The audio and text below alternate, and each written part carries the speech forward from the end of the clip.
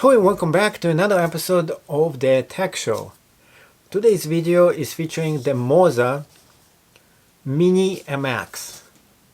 So this company makes those little gimbals, and it is pretty much in some ways supposed to be cheaper, not really better than the DJI or other gimbals that are on the market. Now the question is, should you actually even get a gimbal?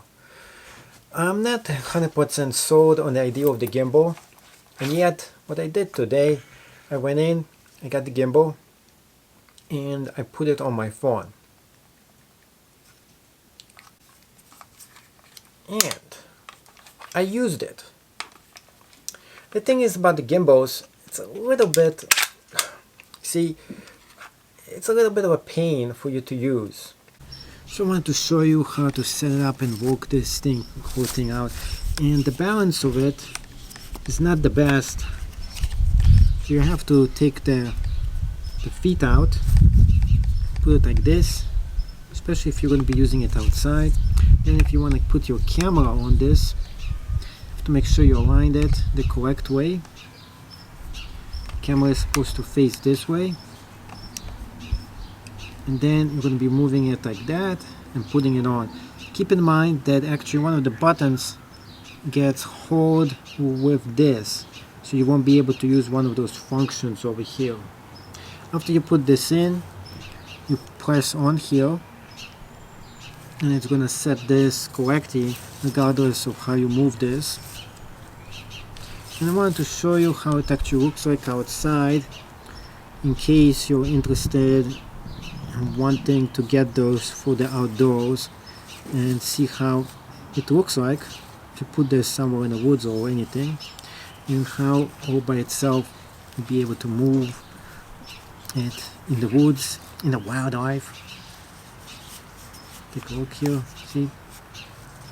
You have to move this up, you have to put your phone here, you have to turn this on, and this is after setting this up and everything. I watched a lot of tutorials about this, and when you turn this on, once you set everything up, see, it works for you. And I have tried a few of those gimbals, and this one seems to be a little bit better than the rest of them. That being said, the rest of them work really bad. So this is definitely an improvement compared to the rest of them. I keep on having a few issues with this specific gimbal.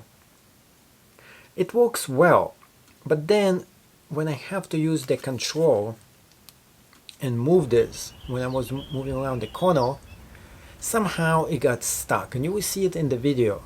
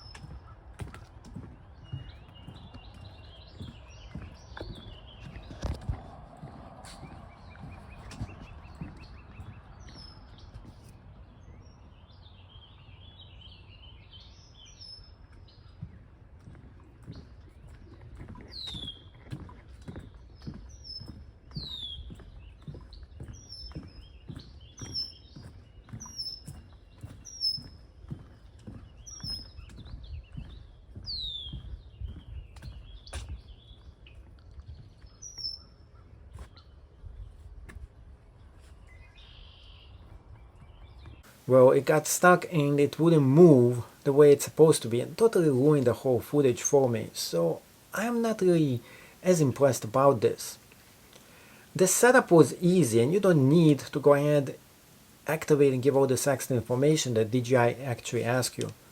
It is lightweight, it is small, but it still looks weird when you use your phone. At least you don't have to stick anything in the back of the phone when you use this, like a sticker or something, to put this together, or a magnetic interface, which I really don't trust, since the magnetic stuff in your phone and everything together, it might actually start to delete some of your files. So this one doesn't have that. Another good thing about this is that it features this little thing here. So it comes with this cool looking mini tripod that you can use as well, looks like kind of a ninja style or something like that. Unfortunately, this thing is very limited in how you can move this, and this right here can only swing to so much, so it's not really the best tripod. In fact, I would say this thing is probably like worth like $2. Unfortunately, it's not a good tripod. It is good but not great, I would say, and it's a cheap little tripod. But overall, this whole thing is plastic. Still gives you the grip that you need, the secondary grip for you to hold this, because if you take this out, you don't have an extra grip for you. See, this is much harder for you to put in and to use. By having this, you're having two-hand grip instead of one, so it gives it some kind of a superior grip for you, and you can hold it much more steady. You can see right here we have the phone here, and we can move it in a lot of directions. So you can move it up, you can move it down, you can move it sideways. It seems to be moving well until you stop moving with it, and then that's when I ran into issues with that. So I want to show you how this actually looks like when we are using it. And right now it is all the way on the floor. I'm gonna put it with the stabilizer on, which is 3 of the legs over here when we put them on, and the 4th one is the remote control over here. You can see how it puts in. When you want to go ahead and engage it, you press this button right there, which is right here. Let's press on it, and it is engaged right there. And now we can manipulate and move this in the ways we want this. Take a look how it's moving all the way over here, and it moves up and down. And as you take this and then you're moving it, it's supposedly stabilizing this whole thing, and it's pretty good. You can tell that it does what it's supposed to be doing, and the legs are pretty stable as well. It gives you a lot of traction and control. There's also a button over here on the bottom too to do things as well here. Another thing is, you see, to move it like this, to get vertical shots, somehow this thing doesn't want to listen, and it's not doing it. Now maybe I didn't read it in the manual right or something, but I can't get it to work. So go figure. Thank you so much for getting all the way to the end of the video. I hope you did enjoy this, and if you did, smash the thumbs up button and subscribe to this channel to see more content from the tech show. Now the thing is about this, I give it only an 8 out of 10 stars.